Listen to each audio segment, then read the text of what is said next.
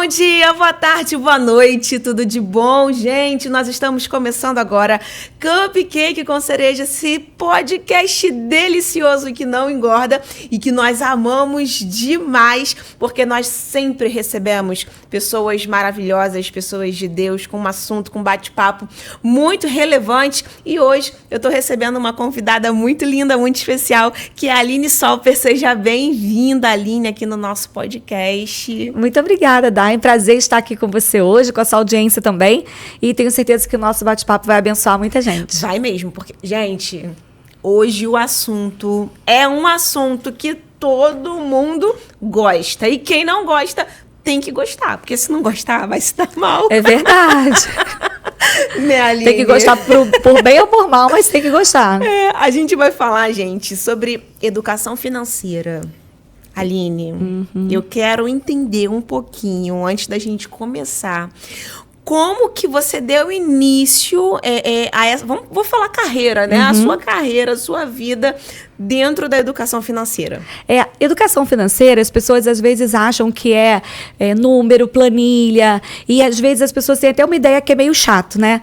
Esse negócio de educação financeira é a contabilidade da empresa. Verdade. E não é. Educação financeira é tudo que envolve o dinheiro na nossa vida. E eu digo que comigo o dinheiro entrou na minha vida muito novinha, porque eu sempre fui muito interessada. Com 9 anos eu já queria arrumar um jeito de ganhar dinheiro, fazia pulseirinha, vendia. Eu já era empreendedora, eu pegava minha avó que fazia tapete, pegava as coisinhas, enrolava, fazia pulseira, as pessoas gostavam, vendia. Só que eu vendia e guardava o dinheiro. Eu não vendia e gastava o dinheiro. Então eu sempre fui aquela pessoa que eu acumulava, guardava e tinha meu dinheiro para sempre ali. Então, a minha vida toda, eu me envolvi em questões que eu queria gerar dinheiro. Comecei a empreender muito cedo. Com 15 anos, eu abri confecção de fazer camiseta. Com 17, eu abri oficialmente uma empresa, contratei funcionário. Uau, com 17 anos? Com 17 anos. Olha aí, hein, gente? E depois me formei, fiz seminário de música, comecei a dar aula de música, dava aula de canto, piano. E depois eu falei, não vou trabalhar com música mais, vou fazer direito. Fui fazer direito, abri escritório. Então, eu tenho uma vida que sempre foi muito envolvida no empreendedorismo mesmo, sempre gerando muito dinheiro, gerando dinheiro, sempre não foi um problema para mim gerar dinheiro. Eu vim de uma família pobre, né? Meus pais não tinham dinheiro nenhum quando eu nasci, mas eles também começaram a empreender, então começaram a crescer profissionalmente, ter mais dinheiro. E aí, quando eu estava já com meus 35 anos e vindo nessa vida empreendedora, eu comecei a ter mais dificuldade na minha empresa. Eu tinha uma escola de educação infantil, então eu passei pelo direito, me tornei mãe, acabei me tornando sócia de uma escola para conseguir ficar perto dos meus filhos e empreendi na escola, a escola cresceu, fazia bastante dinheiro, só que era como se o dinheiro entrasse e nunca fosse suficiente. E aí eu comecei a pensar, tem uma coisa de errado aqui. Por que a gente faz dinheiro? Por que a escola tem faturamento e a gente nunca tem dinheiro? E os meus funcionários também nunca tinham dinheiro. E os pais das crianças que eram da escola também ficavam devendo a escola. Parecia que era um efeito dominó. Era um efeito dominó. E aí eu comecei a pensar, vou estudar esse negócio de dinheiro.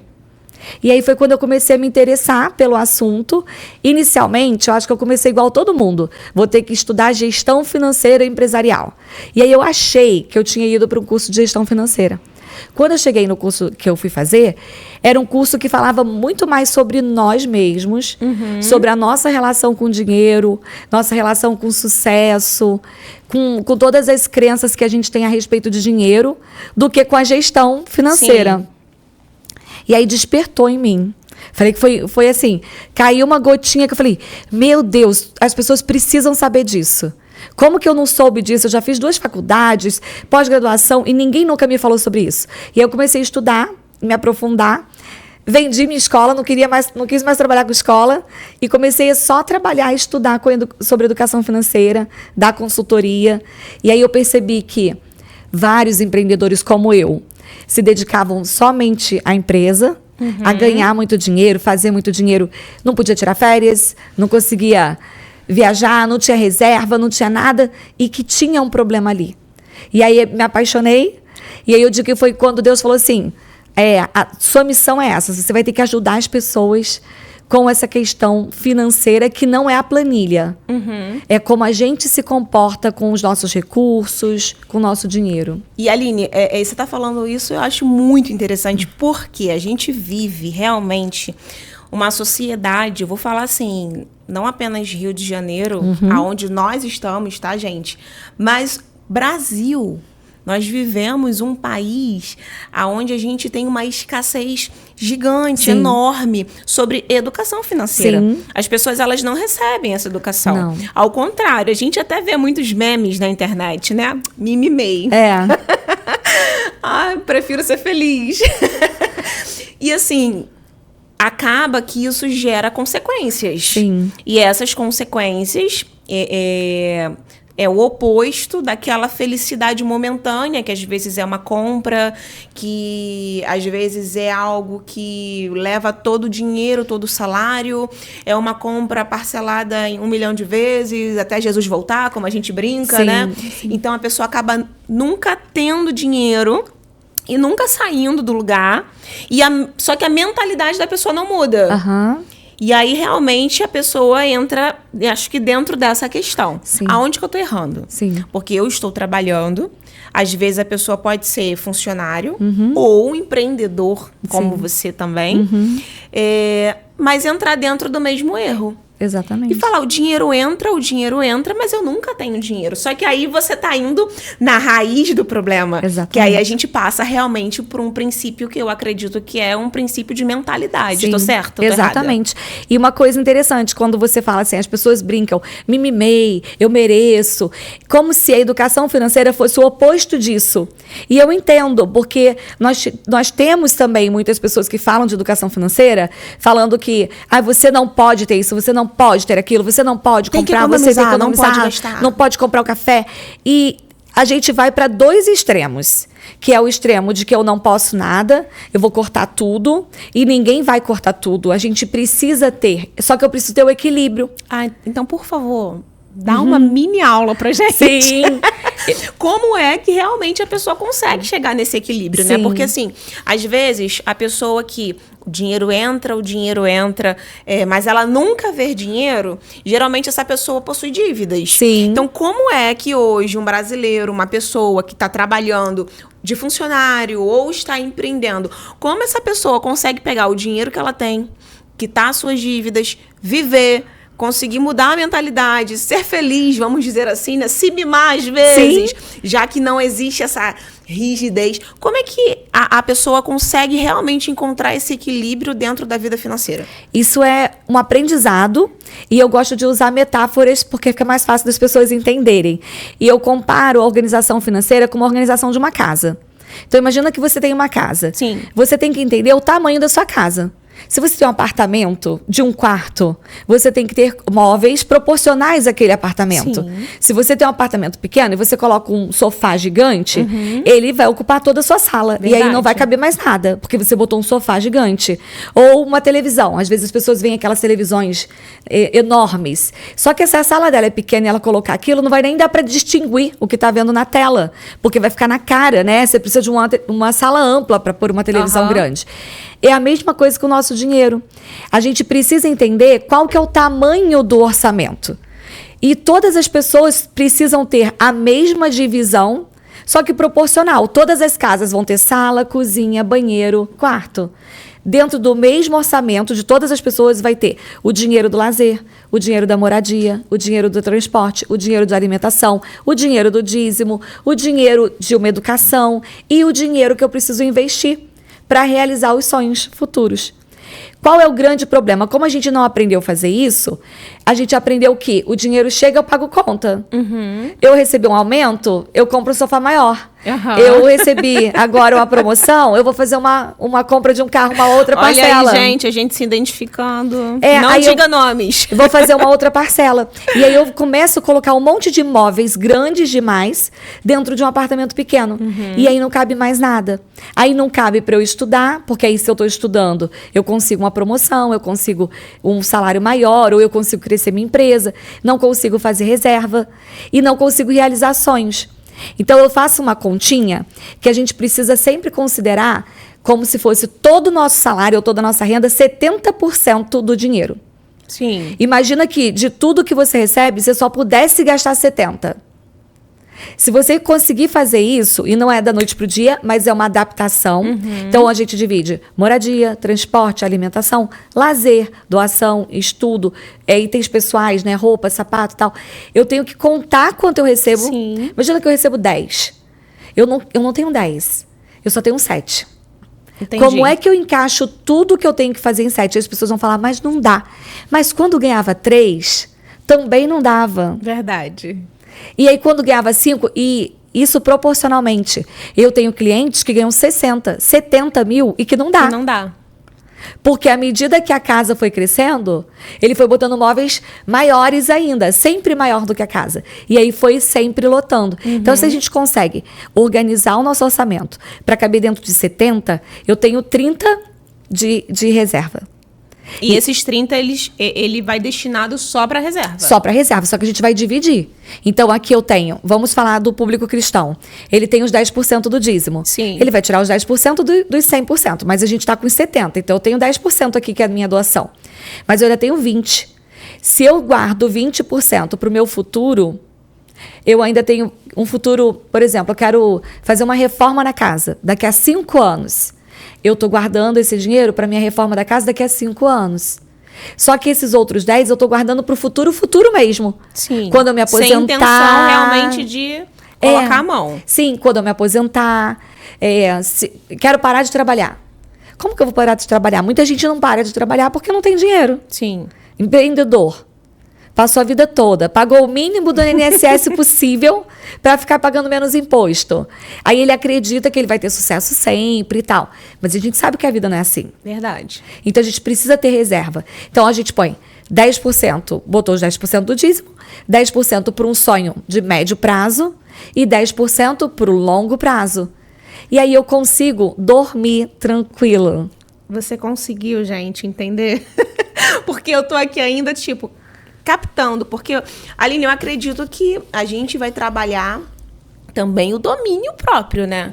Não é só a nossa mentalidade. Porque, olha só, pensa comigo, você que tá aí me assistindo, eu tô me colocando aqui junto com todo mundo.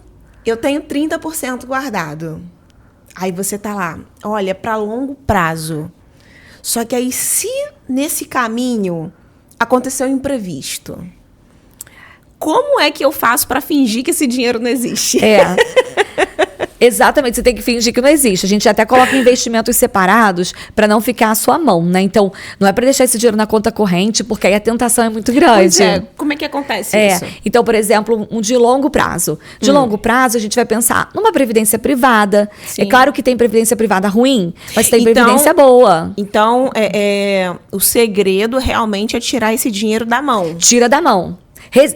Caiu na conta, você já tira, já some com ele, não espera nem pagar as contas. Coloca naqueles investimentos realmente que é de longo prazo, que você não tem nem como fazer aquele saque. Isso. Meu então, Deus. Uma previdência privada, e às vezes as pessoas falam assim, mas previdência privada é ruim, porque tem muito agora influência de finanças que ficam criticando os investimentos. Cada investimento tem um objetivo. Tem previdência de banco grande que é boa, e tem previdência de banco grande que é ruim. Verdade. Então, você vai ter que ter ali, pede ajuda, gente. Contrata um profissional ali, não é o gerente do banco, não. Sim, contrata alguém autônomo ali, sabe? Eu tenho educadores que eu formo, que eles trabalham independente. O melhor é isso, você contrata alguém independente para te orientar, porque aí ele vai te dar a real visão, porque ele não tá ganhando nada com isso. Verdade. Quem tá pagando é você. Você paga o profissional, não é tão caro assim, mas para ele te orientar. Colocou lá, fez aquele você não vai mexer. E aí, Dai, é uma questão de comportamento. É um exercício, É um exercício. Gente, eu vou fazer isso. É um exercício. Por junto quê? Com todo mundo. Porque se você não tivesse recebido os 10 e tivesse recebido 7, você ia viver com os 7. A gente recebe e vai pra onde? Pro shopping. A gente recebe e vai pra onde? Para aquele restaurante. E aí que entra a gavetinha. A gente vai botar tudo nas gavetas. Só que eu tenho a gaveta do lazer. Só que na gaveta do lazer eu tenho que saber quanto eu tenho disponível. Então, se eu tenho 10% disponível ali, vamos supor que eu tenho R$1.000. Poxa, será que com R$1.000 para me divertir, me mimar, eu posso? Então, eu posso me mimar? Posso, mas dentro daquela verba, daquele limite. E aí vão ter pessoas que vão juntar o dinheiro do mimo. Esse dinheiro do mimo, ele fica dentro desses 30%? Não. Não. Ele fica fora. Fica nos 70%. Que a pessoa vai administrar mensalmente. E aí você quer ver o que as Legal. pessoas erram? Eu ganho 10 mil de salário. Vou alugar uma casa de 5. Aí ela já comprou um sofá grande demais. Porque se ela alugou uma casa de 5 mil, é metade do salário dela. Já foi embora. Já foi embora. Só que aí não é só isso, porque dentro da gavetinha de moradia tem condomínio, tem conta de luz, tem conta de água, tem faxina, tem internet, tem não sei o quê.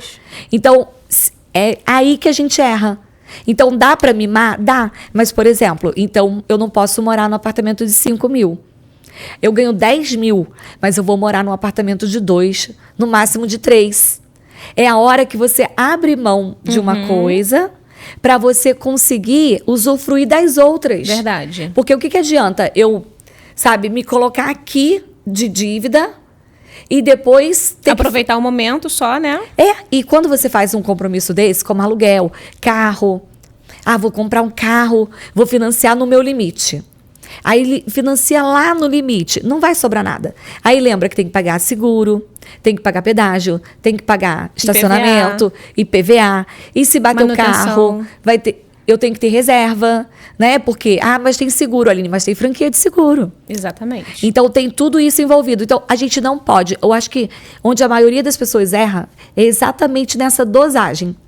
Porque a gente acostumou desde pequeno, dinheiro entrou, gastou. É o que eu tenho que gastar.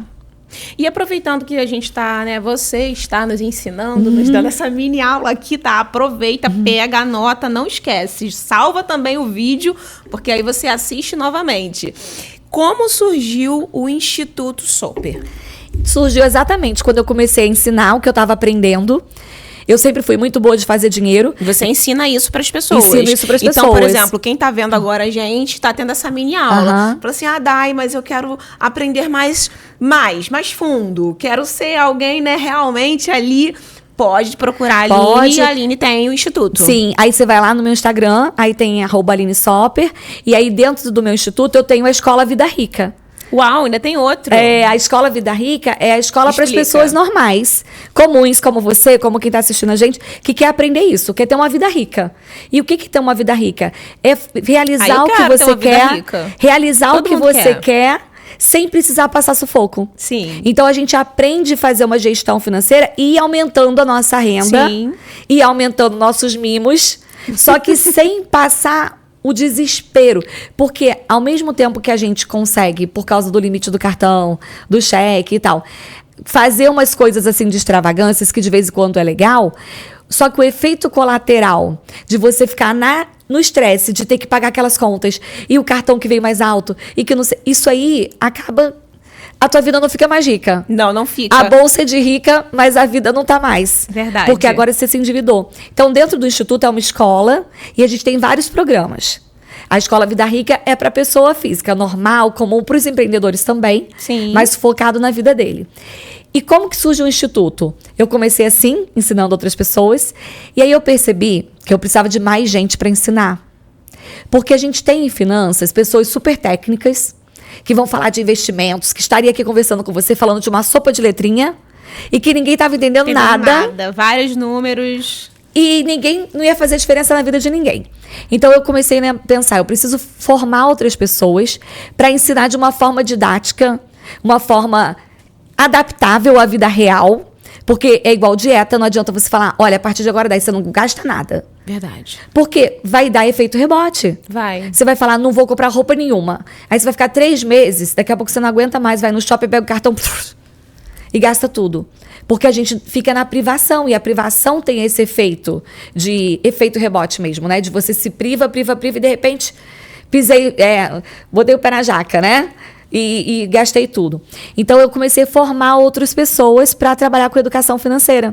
Então, eu tenho um instituto que, além de ensinar para as pessoas, eu formo educadores que são educadores, palestrantes, professores, até pastores que vêm estudar comigo para ensinar finanças e educação financeira dessa forma mais lúdica, mais adaptável à vida real das pessoas e até para as crianças. Cara, muito legal. E aí você teve uma formação que foi a formação do EFINC, certo? Isso, aham. Qual foi a importância da formação do EFINC para você e também para os seus alunos? Porque tudo que você estava recebendo ali hoje, você está passando para as pessoas. E na verdade, o EFINC eu criei. Uau! Eu comecei a estudar e aí eu comecei a desenvolver o meu método de ensinar para as pessoas. Que vem muito dessa minha experiência vasta, né? Porque eu sou uma pessoa muito eclética, né? Eu estudei música, direito, gestão financeira, gestão educacional. É uma mulher multiuso. Eu tenho um talento de querer aprender coisas diferentes. Mas isso é excelente. De áreas diferentes.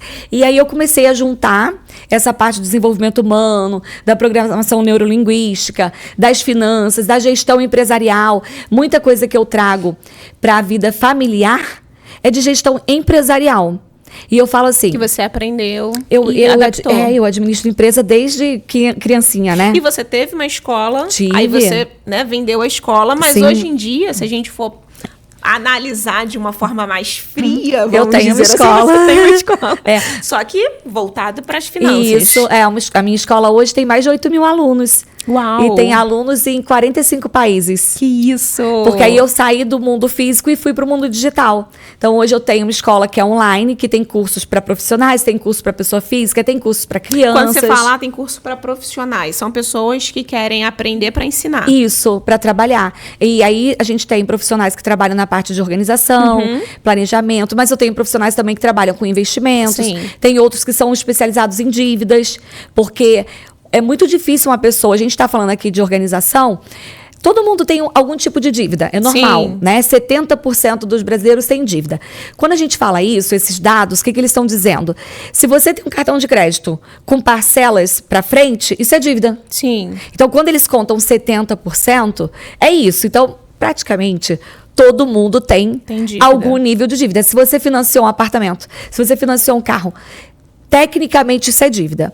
Só que o que a gente trata como uma dívida, que é uma dívida que já está num perigo, é uma pessoa que já não paga, não consegue mais pagar a dívida. Então ela começa a entrar numa inadimplência, ela começa a bola de neve de dívida, né? Pega um cartão para pagar outro cartão, pega cheque especial para pagar a parcela do cartão, começa a dever aluguel e aí ela entra em outra categoria. Então, hoje a gente tem profissionais que são especializados nesse tipo de endividamento também. Porque aí muito tem estratégia, que aí é uma estratégia mais avançada, que envolve muito emocional. E aí você está evoluindo o teu, vamos falar assim, o seu estilo de ensino. Sim. Você tem a escola, né, que é um instituto. Isso. Você ensina todos os tipos de pessoas, Sim. até as pessoas normais que Sim. querem aplicar na sua própria vida. Não querem ensinar, mas querem viver bem. E você também está trazendo isso hoje.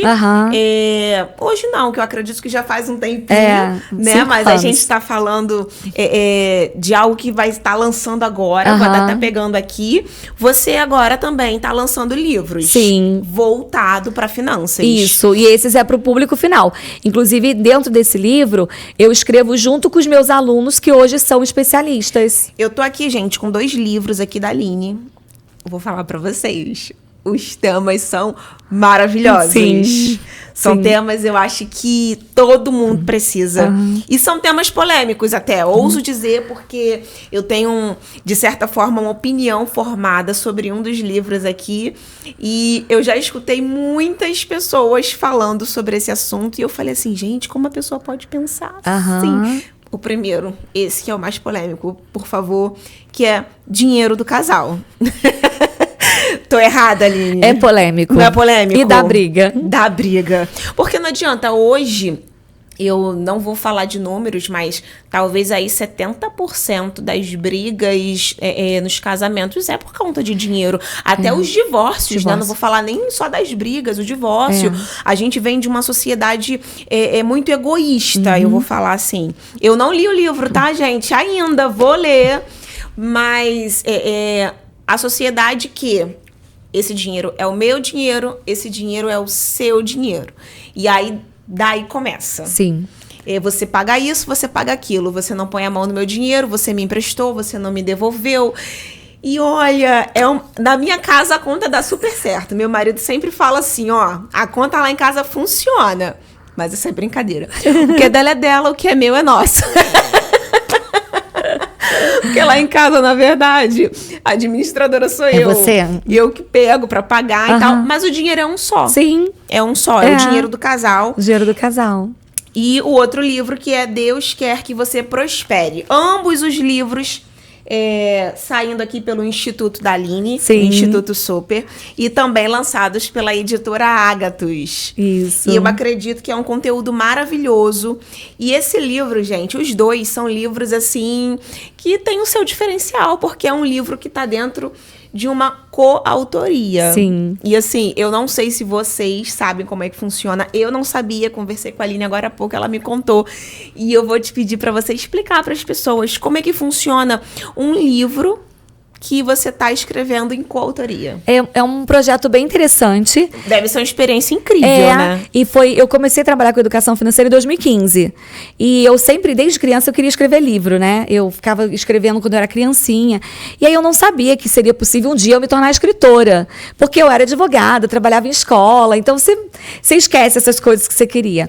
Quando eu comecei com educação financeira, aí eu descobri que existia a possibilidade de uma coautoria. Também não conhecia. Fui convidada para participar de uma coautoria. E aí foi um projeto lindo. Por quê? Para vocês entenderem. É um projeto onde tem um tema, é um livro, então ele tem um tema específico, o nosso, né? Deus Quer Que Você Prospere. Eles são capítulos que vão conduzir a pessoa por um livro, por um tema único. Só que cada especialista escreve um capítulo do livro. Então a gente faz um livro com vários autores. Por isso que a gente chama coautor. E quando eu fiz a primeira vez em 2015, e depois surgiu o Instituto, né, que eu criei o Instituto Super ali para formar profissionais em 2018, e eu falei, não, eu também quero proporcionar isso para os meus alunos. Então, esse daqui eu acredito que em 25 pessoas. Gente, todos esses aqui são coautores do livro. E aí, cada capítulo do livro ele é escrito por uma dessas pessoas. Sim. Só que eles não são capítulos soltos como uma revista. Eles são capítulos que eles dão continuidade do livro. Então, eu sou coordenadora do livro.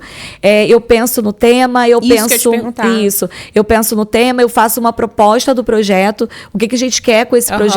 E aí você distribui os temas. Isso, eles escolhem, né? Então já vem o tema, vem todos os temas sugeridos, e aí eles vão se identificando com o tema. Então o coautor, ele aplica, ele é selecionado, né? Ele precisa passar por uma seleção. E ele tem a possibilidade de escrever, falar da experiência dele com o assunto, trazer a questão técnica. E uma das características dos meus livros de coautoria, com esses aí vamos completar 9, que eu sou coordenadora como coautoria, é que ele tem uma linguagem muito simples para que qualquer pessoa entenda. Ele não é um livro difícil, técnico, cansativo, que as pessoas vão comprar e não vão entender. Não. É uma regra. Nas minhas coautorias tem que ser aplicável. O casal vai sentar aí, vai ler isso daí, conta conjunta ou separada. Tá vendo aqui, ó? O lugar do dinheiro na família, o meu, o seu e o nosso dinheiro. Tá aqui o conta conjunta ou separada. Crenças financeiras, decidindo em casar, objetivos financeiros. Enfim, são temas muito ricos, né? E são temas para sentar e conversar que as pessoas não conversam, Dai. Imagino. No casal, acontece muito de cada um vem com um histórico familiar diferente. Sim. Então, algumas famílias têm histórico de dívida, outras famílias gastam muito, outras são mais poupadoras. E quando o casal se junta, eles não falam sobre isso. É aquela coisa assim, eu ganho X, você também. Vamos juntar aqui? Vamos. Só que não foi combinado como que eu me comporto. Eu gosto mais de gastar, eu gosto mais de guardar.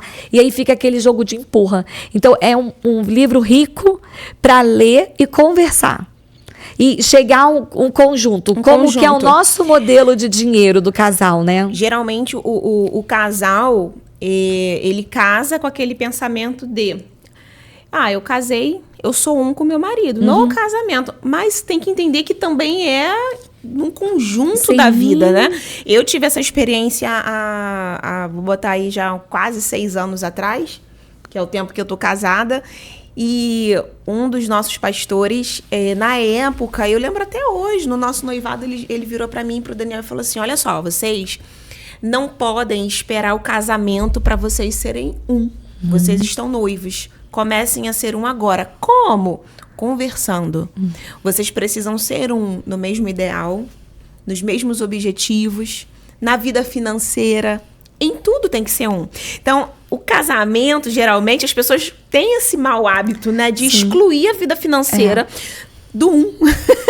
E é um time. E é um time. Essa e coisa de que é o marido que tem que pagar ou a esposa. Ou é a esposa, gente, não. Ou quem ganha mais, quem ganha menos, eu que mando porque eu que pago. E aí se torna uma briga e às vezes acontece crises financeiras. As crises financeiras, ao invés de serem oportunidades de crescimento, amadurecimento, de superação, acaba se tornando realmente motivo de briga a ponto até mesmo de chegar num divórcio. Sim, é o segundo motivo mundial de divórcio, é o dinheiro. Mundial, não só então, Brasil. Olha, super indico, tá, gente? Esse livro, Dinheiro do Casal, com certeza vai abençoar a sua vida, a sua casa, a sua família. E o segundo livro que eu também achei assim de uma riqueza, você ter pensado nesse tema, né? Que é Deus quer que você prospere. Sim. Quando a gente fala de Deus, né, a gente está falando realmente do Criador, do dono de todas as coisas, aquele que é dono do ouro e da prata. E a gente realmente, às vezes, se depara com uma crença limitante dentro das igrejas, dentro do público que serve a Deus, que às vezes assim, não, eu já sirvo a Deus, já tô bem aqui, Deus não quer, ser rico é pecado, ter dinheiro é pecado, ser próspero é errado, até porque prosperidade e riqueza, né, estão... vamos falar assim, em caixas separadas, porém, depois elas podem se juntar. Porque você pode, às vezes, não ter uma riqueza, mas ser próspero na sua vida, ser próspero na sua casa, no seu casamento, com os seus filhos, ter uma vida abundante. Mas Deus também quer que você seja próspero financeiramente. Com certeza. E esse é um grande tabu pra gente falar, né? Muito. Dinheiro é um tabu dentro da igreja, dentro da igreja, né? E o Deus quer que você prospere, a gente traz referências bíblicas, a gente mostra na Bíblia. Existem muitas teorias, né? Votos de pobreza das pessoas, sendo que Deus não escolhe todo mundo para isso. Pode ser que tenha pessoas que tenham um chamado especial, e aí é entre ele e Deus. Mas se a gente lê na Bíblia, a gente vê que Deus criou o homem para a abundância. Só que ele criou o homem para ser um bom gestor dos recursos. Se quiserdes, virdes. Exatamente. Comereis o melhor desta terra. Então, quando nós não somos bons gestores, com a desculpa de que se Deus quiser eu fico rico, na verdade nós estamos sendo negligentes. Exatamente. Porque Deus nos dá o recurso e eu preciso cuidar desse recurso. A gente traz aqui mostrando... Não, você está colocando a culpa de Deus numa culpa que não é de Deus. A negligência de não saber gerenciar o dinheiro, de não saber fazer essa divisão, de separar os 70% e usar só os 70%.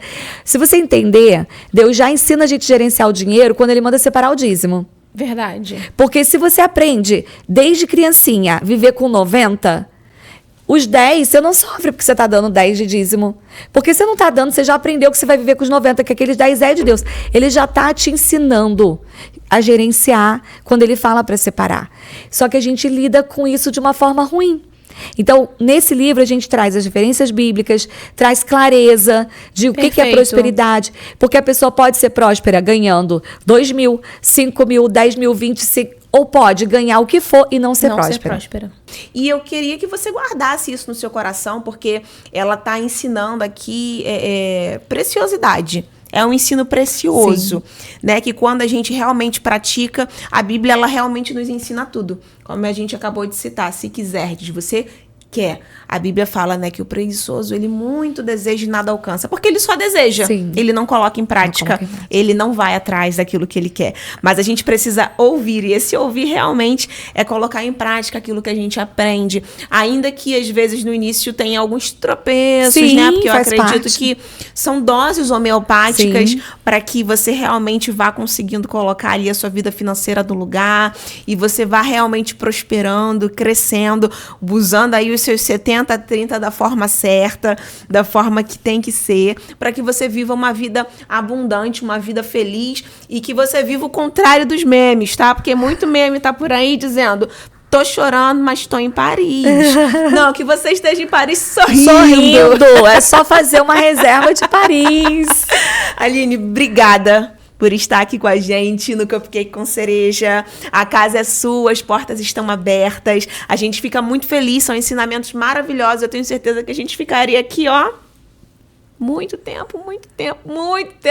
Muitas perguntas, muitas curiosidades. Então, se você quiser ensinar, não, se você quiser aprender, né? Porque ela tá ensinando. Se você quiser aprender mais, siga a Aline nas redes sociais. Dá o seu arroba, Aline, pra gente. Arroba Aline, escreve Soaper. Arroba Aline Soaper, Instagram e YouTube. E que se você quiser ser profissional também, porque é só achar lá alinesoaper.efink, que é o nome da minha formação. Agradecer você, Dai, pelo convite. E que a gente traga essa clareza para as pessoas. Que não, finanças não é chato. Não. Faz parte da vida. E a gente pode falar isso de uma forma leve, de uma forma profunda, mas sem ser aquela coisa das planilhas dos livros. É da vida, é sobre a vida. E obrigada por eu ter esse espaço de falar aqui e apresentar Aline, pro seu Deus te público. abençoe, que você cresça aí, prospere muito mais no seu instituto, com os seus alunos, nos seus livros e em tudo que você fizer, viu? Deus te abençoe, saiba que você tem aqui uma casa, conte com a gente sempre. E você que tá aí com a gente, já aprendeu? Então, ó, se inscreva aqui no canal, salva esse vídeo, compartilha, gente, porque isso aqui é maravilhoso. Seus amigos, sua família, todo mundo precisa também aprender sobre educação financeira, então já envia esse vídeo aí para todo mundo que tá vindo na sua mente, deixa Deus te usar e vamos realmente viver essa vida próspera e essa vida abundante, tá bom? A gente volta com certeza em outra oportunidade com mais gente linda, mais gente de Deus, com bate-papo sempre muito relevante, muito maravilhoso, né? De felicidade e também de ensino, porque a gente gosta disso, tá bom? Beijo no seu coração, Deus te abençoe e até a próxima.